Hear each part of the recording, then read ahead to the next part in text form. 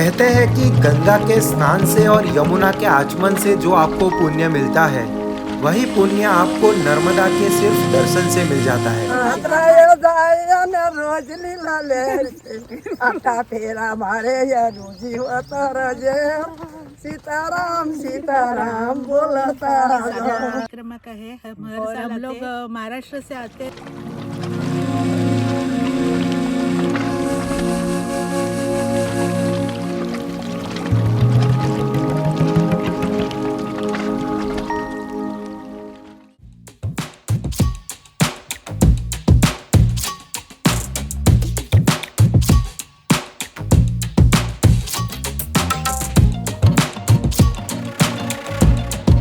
नर्मदे हर। Welcome back to the channel दोस्तों। आज के वीडियो में मैं आपको एकदम आध्यात्मिक सफ़र पे ले जाने वाला हूँ। उसी सफ़र में दोस्तों, जैसे कि आप मेरे पीछे देख सकते हैं कि नर्मदा मैया मेरे पीछे बह रही है, तो यहाँ पर उत्तर वाहिनी परिक्रमा का बहुत ही बड़ा महत्व है। इसीलिए मैं अभी तिलकवाड़ा के नर्मदा के तट पर आ गया हूँ और यहाँ पर वासुदेव कुटीर आश्रम से रामपुरा तक की मैं नर्मदा मैया की परिक्रमा पूर्ण करने वाला हूँ, जो कि पूरे 21 किलोमीटर की है। उसका सफ़र मैं आपको इस वीडियो में दिखाने वाला हूँ, तो इस वीडियो में मेरे साथ जुड़ जाइए और अंत तक बने रहिए। हमने हमारे सफ़र की शुरुआत वडोदरा से सुबह 4 बजे की थी और 70 किलोमीटर्स का डिस्टेंस कवर करके हम सुबह 6 बजे तिलकवाड़ा पहुँच चुके थे।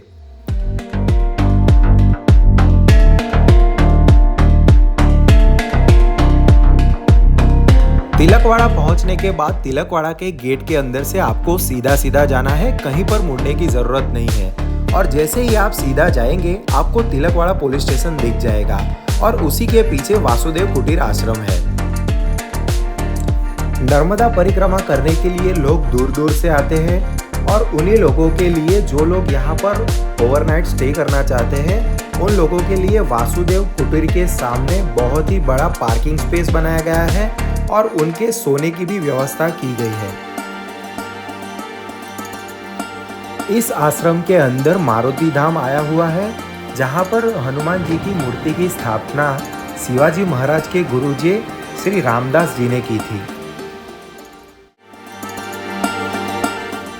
कहते हैं कि नर्मदा परिक्रमा की शुरुआत आपको शिव जी के दर्शन करने के बाद करनी चाहिए। इसीलिए हमने इस आश्रम में श्री रामेश्वर महादेव मंदिर के दर्शन किए और उसी के बाद इसी परिसर में स्थित मारुति धाम में श्री हनुमान जी के भी दर्शन किए। उसके बाद हमने नर्मदा परिक्रमा के लिए प्रयाण किया।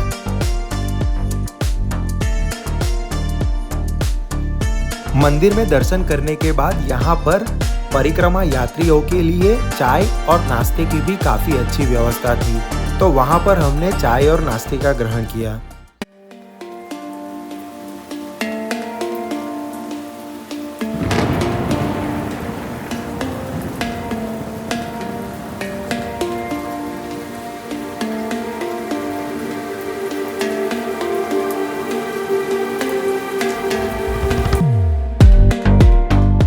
तो दोस्तों, वासुदेव कुटीर आश्रम तिलकवाड़ा से हमने हमारी परिक्रमा की शुरुआत कर दी है और चलते चलते अभी हमें यहाँ पर मीत भाई, जो कि तिलकवाड़ा गांव के लोकल इंसान है, वो अभी हमें थोड़ी इन्फॉर्मेशन देंगे इस परिक्रमा के बारे में। तो मीत भाई बताइए कि इस परिक्रमा का क्या महत्व है। वो 3 महीने की परिक्रमा है जो यहाँ पे 5 घंटे में खत्म हो जाएगी और इधर 3 महीने की परिक्रमा करने से जो पुण्य मिलता है वो इधर 5 घंटे में मिल जाएगा आपको। जैसे कि मीत भाई ने बताया कि जो 3 महीने की परिक्रमा पूरी करने में 3500 किलोमीटर लगते हैं, वही परिक्रमा यहाँ पर आप 5 घंटे में ख़त्म कर सकते हैं और उसका पुण्य आपको सिर्फ 5 घंटे में यहाँ पर मिल जाता है। तो दोस्तों, इसी पूरी परिक्रमा को देखने के लिए मेरे वीडियो में मेरे साथ बने रहिए। रास्ते में चलते चलते परिक्रमा मार्ग के ऊपर मार्ग के डायरेक्शन और मैप भी लगे हुए हैं, जिसकी वजह से आपको रास्ता ढूंढने में कोई दिक्कत नहीं होगी।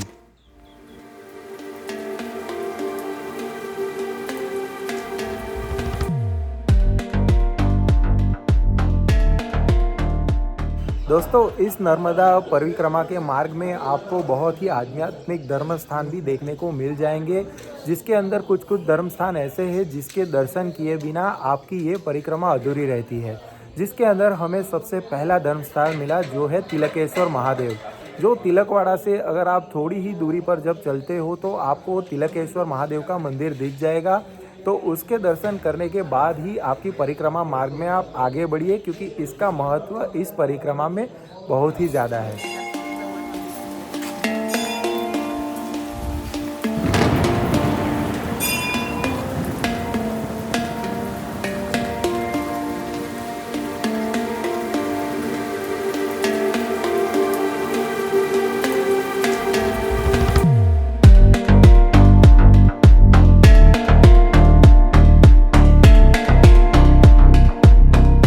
दोस्तों तिलकेश्वर मंदिर के दर्शन करने के बाद आप थोड़े आगे बढ़ेंगे तो आपको दो रास्ते को देखने को मिलेंगे। उसमें से एक रास्ता सीधा नर्मदा परिक्रमा मार्ग की ओर जाएगा, और अगर आप राइट साइड पे मुड़ेंगे तो आपको नर्मदा माता जी के मंदिर की ओर लेके जाएगा।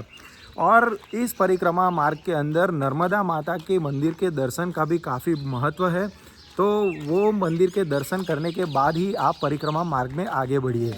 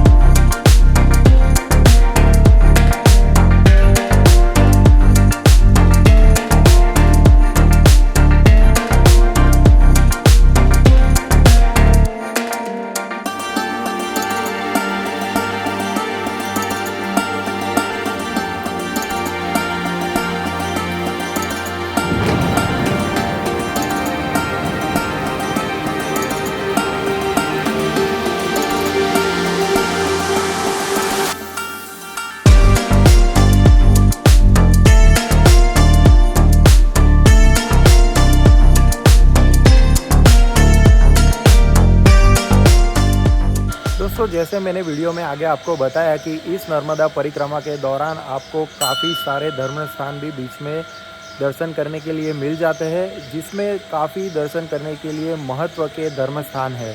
उसमें से एक धर्म स्थान मतलब मणि नागेश्वर महादेव, जिनके दर्शन करके अभी मुझे काफ़ी आध्यात्म का अनुभव हुआ है, और इस मंदिर परिसर के अंदर काफ़ी शांति का भी मुझे अनुभव हुआ है। तो आप अगर इस परिक्रमा में आते हैं तो सारे धर्मस्थानों का दर्शन करिए और आप भी इस आध्यात्म का अनुभव करिए।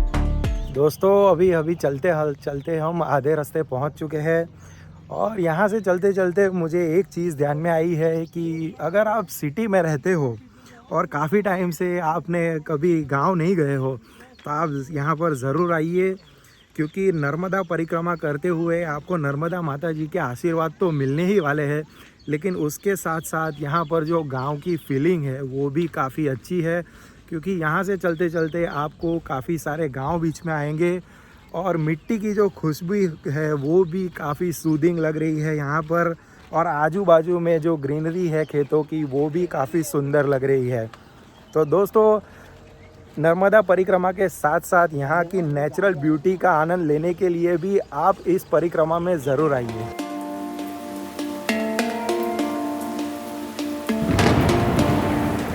दोस्तों इस परिक्रमा मार्ग पर चलते चलते आपको बीच में सभी जगह पर गाइडलाइंस लगी हुई है, और सभी जगह पर पोस्टर्स लगे हुए हैं कि परिक्रमा का रास्ता इस तरफ है।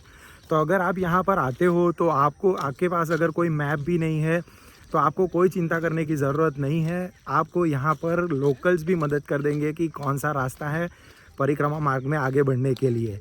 और परिक्रमा मार्ग में आपको आपके जैसे ही पदयात्री बहुत सारे मिल जाएंगे, तो आपको उसकी कोई चिंता करने की ज़रूरत नहीं है कि हमको रास्ता पता नहीं है। और यहाँ पर सेफ्टी का भी कोई कंसर्न नहीं है दोस्तों। बहुत ही अच्छा यहाँ पर माहौल है और बहुत सारे लोग एक साथ में चलते हैं, तो यहाँ पर सेफ्टी का भी कोई प्रॉब्लम नहीं है।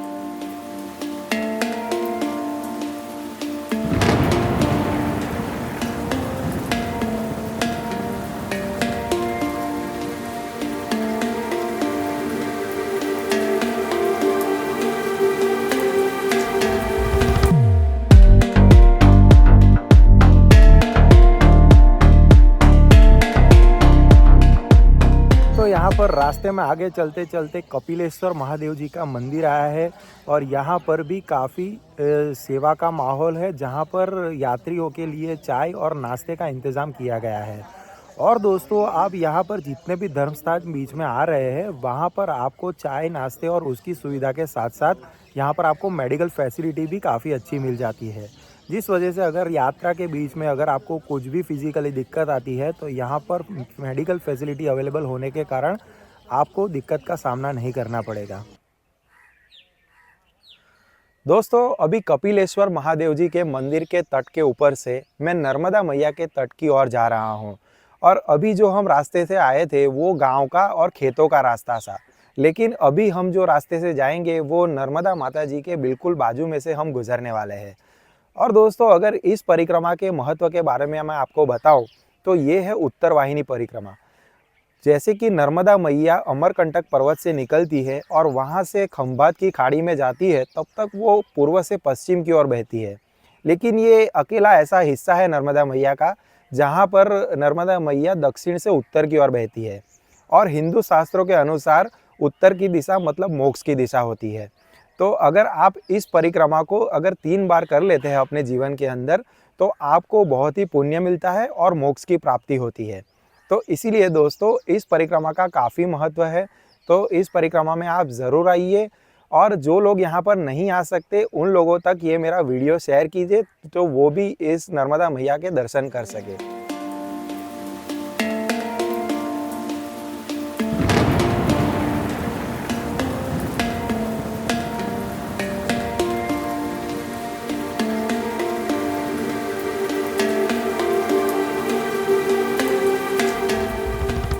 परिक्रमा का है। हम हर साल आते हैं। बीच में कोरोना के टाइम पे एक लॉकडाउन के बीच में परिक्रमा बंद थी, तो हम लोग नहीं आ सके। और अभी ये 7वां है। और हम लोग महाराष्ट्र से आते हैं, तो महाराष्ट्र में ज़्यादा फार्मर्स लोग होते हैं, तो वो खेती में काम करते हैं। और वाइट कलर आपको धूप से बचाता है और धूप रिफ्लेक्ट करता है, तो वो उससे आपको धूप से बचा होता है। और उस हिसाब से हम लोग वाइट कपड़ा पहनते हैं ज़्यादा करके। और यहाँ पे जो नर्मदा मैया के जो है, वो नर्मदा मैया के आपको मूर्ति में या फोटो में वाइट साड़ी उनका भी फेवरेट है। सही बात है। वो वाइट साड़ी पहनते हैं। और उनका वो हिसाब से भी महाराष्ट्र के बहुत सारे लोग जो नर्मदा परिक्रमा के लिए आते हैं वो वाइट कपड़े में आते दोस्तों, हैं। चलते चलते हमें जो यहाँ पर बीच में आंटी मिले थे, वो लोग, उनका पूरा ग्रुप महाराष्ट्र से आया है। तो आप देख सकते हो दोस्तों, इस परिक्रमा का कितना महत्व है कि दूर दूर से लोग यहाँ पर उत्तर वाहिनी नर्मदा परिक्रमा करने के लिए आते हैं। और उन्होंने नर्मदा मैया की पहरवेश के बारे में भी काफ़ी अच्छी हमें जानकारी दी। वो जान के भी हमें काफ़ी अच्छा लगा है।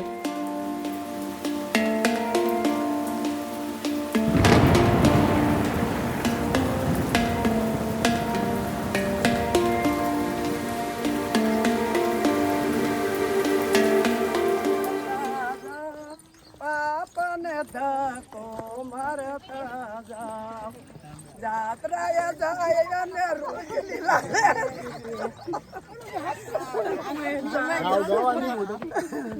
जात्रा जाए ने रोज लीला ले, आटा फेरा मारे या रोजी होता रजे, सीताराम सीताराम बोलता जाओ। तो अभी सुबह के 9:30 बज गए हैं और अभी हम परिक्रमा के दूसरे एंड तक पहुंच गए हैं। और सुबह हम 4 बजे घर से निकले थे और 6 बजे हमने परिक्रमा स्टार्ट की थी। और मेरे साथ आए थे हमारे बड़े भाई जैसे दोस्त, मतलब सचिन भाई, जिनका हाँ, भी कैसे चैनल हो? है इंडियन पैसेंजर। तो सचिन भाई, आपको यहाँ पर आके कैसा लगा है ये इस परिक्रमा में? आप पहली बार आए हो तो आपका अनुभव कैसा रहा है यहाँ पर? दोस्तों मुझे बहुत ही अच्छा फील हो रहा है और मैं पहली बार आया हूँ, और वो भी योगेश भाई ने मुझे बताया था।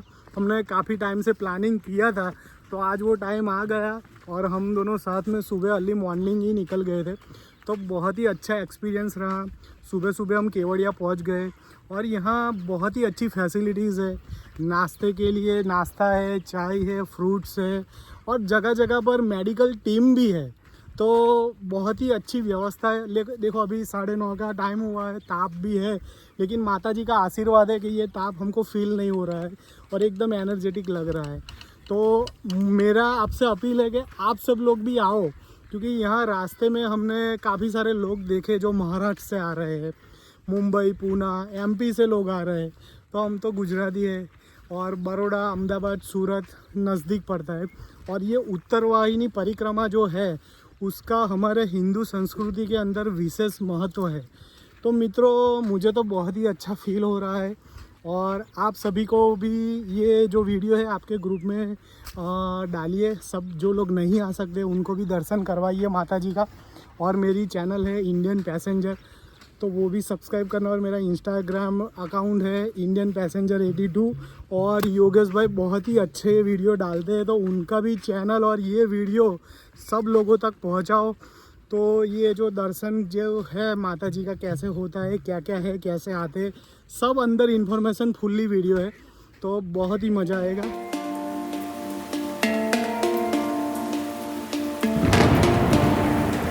दोस्तों अभी हम नंदी घाट पहुँच चुके हैं और आप मेरे पीछे देख सकते हैं कि बहुत बड़ा एक टेंट लगा हुआ है। वहाँ पर लाइन में खड़े रहकर हमको बोट की टिकट लेनी है, और वो बोट की टिकट लेकर हम बोट से सामने कीड़ी मकोड़ी घाट जाएंगे, मतलब रामपुरा विलेज। और वहीं पर से हमारा जो दूसरा पड़ाव है रिटर्न करने का तिलकवाड़ा की ओर, उस तरफ का प्रयाण करेंगे। तो आप मेरे पीछे देख सकते हो कि यहाँ पर मेडिकल कैंप के भी टेंट लगे हुए हैं। तो यहाँ पर अगर मेडिकल भी किसी को कुछ दिक्कत होती है तो यहाँ पर पूरी सुविधा मौजूद है, तो उसकी भी आपको कोई चिंता करने की ज़रूरत नहीं। उत्तरवाहिनी परिक्रमा का पहला पड़ाव हमारा समाप्त हो गया है, और अभी हम पहुँच गए हैं नंदी घाटी, जहाँ पर से हम बोट में रामपुरा विलेज की ओर जाएंगे और कीड़ी मकोड़ी घाट पर उतरेंगे। दोस्तों हमने 2 टिकट ले ली है। यहाँ पर एक टिकट का रेट है 30 रुपीज़। तो आपको ये नर्मदा मैया की एक पार से उस पार लेकर जाएगी।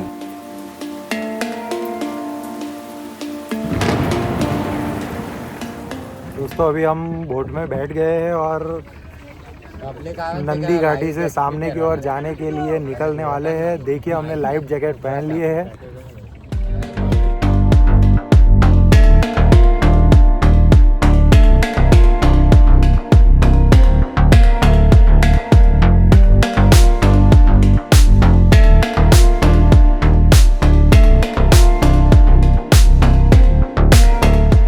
दोस्तों 5 मिनट का बोट राइड करके अभी हम आ गए हैं कीड़ी मकोड़ी घाट, जो कि है रामपुरा विलेज के पास में, जहाँ पर से हमारा दूसरा पड़ाव स्टार्ट होगा।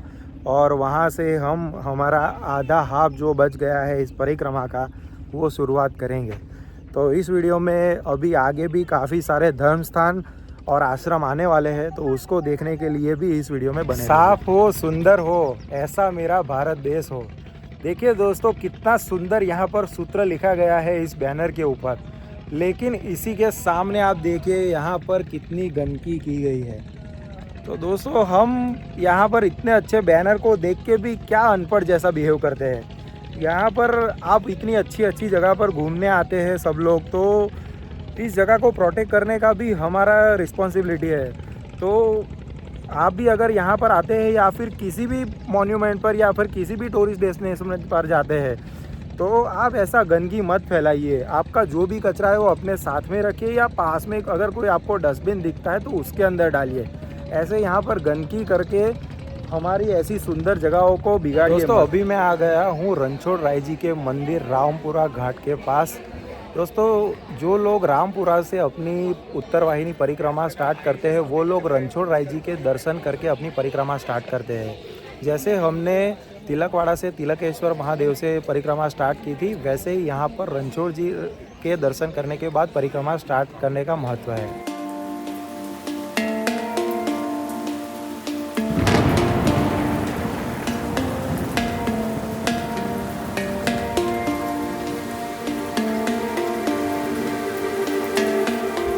दोस्तों अभी हमने हमारे दूसरे पड़ाव की शुरुआत करने ही जा रहे थे, लेकिन सामने ये मैंने बोर्ड देख लिया जिसके ऊपर रखा है कि रात में परिक्रमा करना शास्त्र मुजब योग्य नहीं है। तो काफ़ी सारे मेरे दोस्त जो रात में परिक्रमा करते हैं वो लोग आगे से ध्यान रखें, कभी रात में परिक्रमा ना करें और दिन का ही समय चूज़ करें जिससे शास्त्र अनुसार आपकी परिक्रमा पूर्ण हो।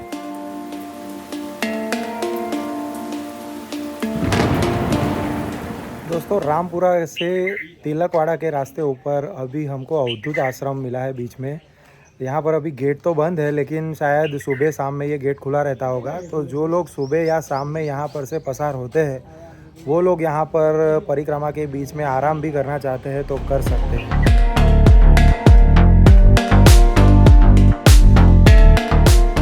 दोस्तों अभी रास्ते में मैं आया हूँ तपोवन आश्रम, जहाँ पर पद यात्रियों के लिए आराम करने की, खाने की, नाश्ते की, चाय पानी की भी काफ़ी अच्छी व्यवस्था है और नदी के तट पर ही ये आश्रम है। तो यहाँ पर आपको काफ़ी शांति लगेगी और आराम करने में भी आपको काफ़ी अच्छा लगेगा।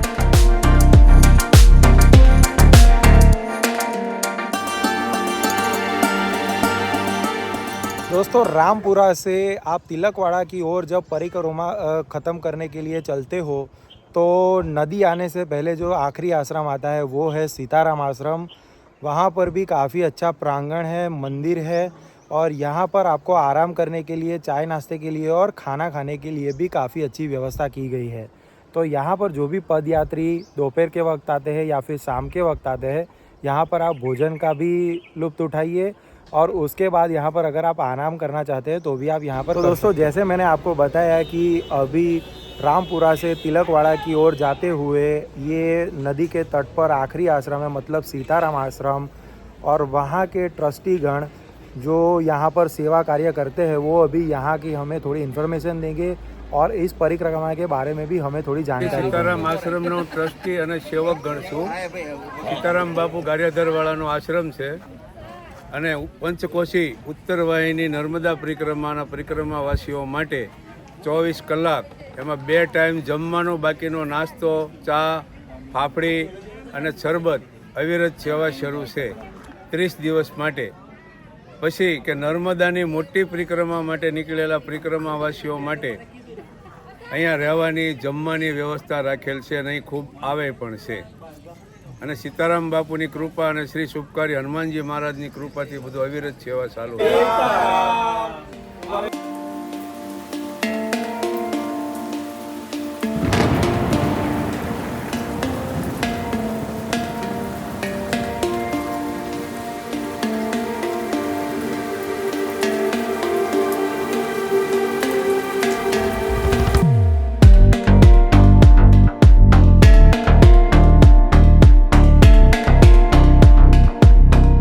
दोस्तों अभी मैं सीताराम आश्रम से तट से नीचे उतरकर अभी नदी के किनारे किनारे तिलकवाड़ा की ओर हम लोग अभी जा रहे हैं। लेकिन आपको एक चीज़ मैं बताना चाहूँगा दोस्तों कि इस हमारी परिक्रमा के रास्ते के ऊपर काफ़ी सारे मंदिर आए, काफ़ी सारे आश्रम आए। सभी जगह पर हमको बहुत ही अच्छी तरीके से ट्रीट किया गया, सबने बहुत ही अच्छी तरीके से वेलकम किया और खाने के लिए, नाश्ते के लिए भी काफ़ी आग्रह किया। लेकिन अभी लास्ट में जब हम सीताराम आश्रम में गए थे, वहाँ के लोगों ने तो हमारा मतलब दिल गदगद कर दिया है और बहुत ही अच्छी उन्होंने हॉस्पिटैलिटी दिखाई और हमको खाने के लिए भी इतना आग्रह किया कि हम उनको ना नहीं बोल पाए और हमें थोड़ी प्रसाद लेना ही पड़ा। तो दोस्तों अगर आप इस परिक्रमा में आते हो तो आपको ऐसे बहुत ही अच्छे अच्छे लोग और अच्छी अच्छी जगहें देखने को मिलेगी।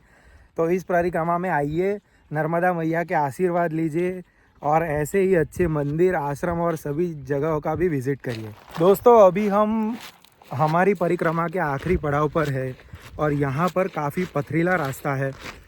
तो दोस्तों अगर आप पूरी परिक्रमा पूरी करते हो तो पहले से आखिर तक आपको काफ़ी सारे अलग अलग रास्तों से गुजरना पड़ता है, जैसे कच्चे रास्तों से, धूल वाले रास्तों से, पथरीले रास्तों से, और आपको कहीं कहीं अच्छे रोड भी मिल जाते हैं। तो सभी रास्तों पर अच्छे से और कंफर्टेबली चलने के लिए मैं आपको अच्छे से वॉकिंग स्पोर्ट्स शूज़ लेने का सजेस्ट करूँगा। तो आप वैसे ही फुटवेयर चूज़ करिए जिससे आपको पूरी रास्तों में कंफर्ट रहे।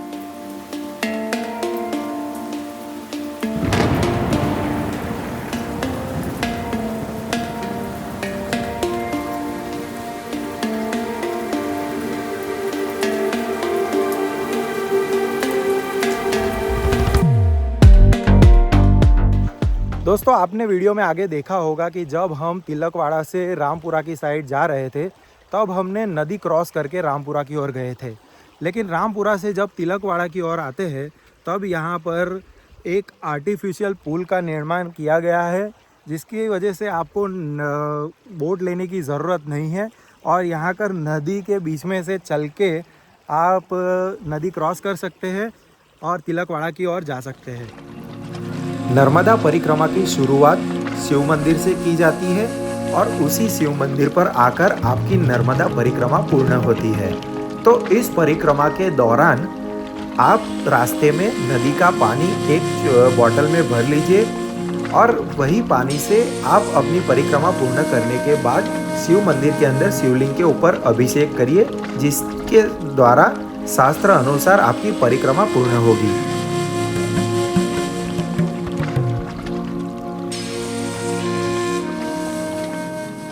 नर्मदे हर। दोस्तों, मैंने सुबह 6:15 बजे यहाँ से वासुदेव कुटीर से मेरी परिक्रमा की स्टार्ट किया था और रामपुरा गांव से वापस आकर यहाँ पर मैंने मेरी परिक्रमा पूर्ण की है।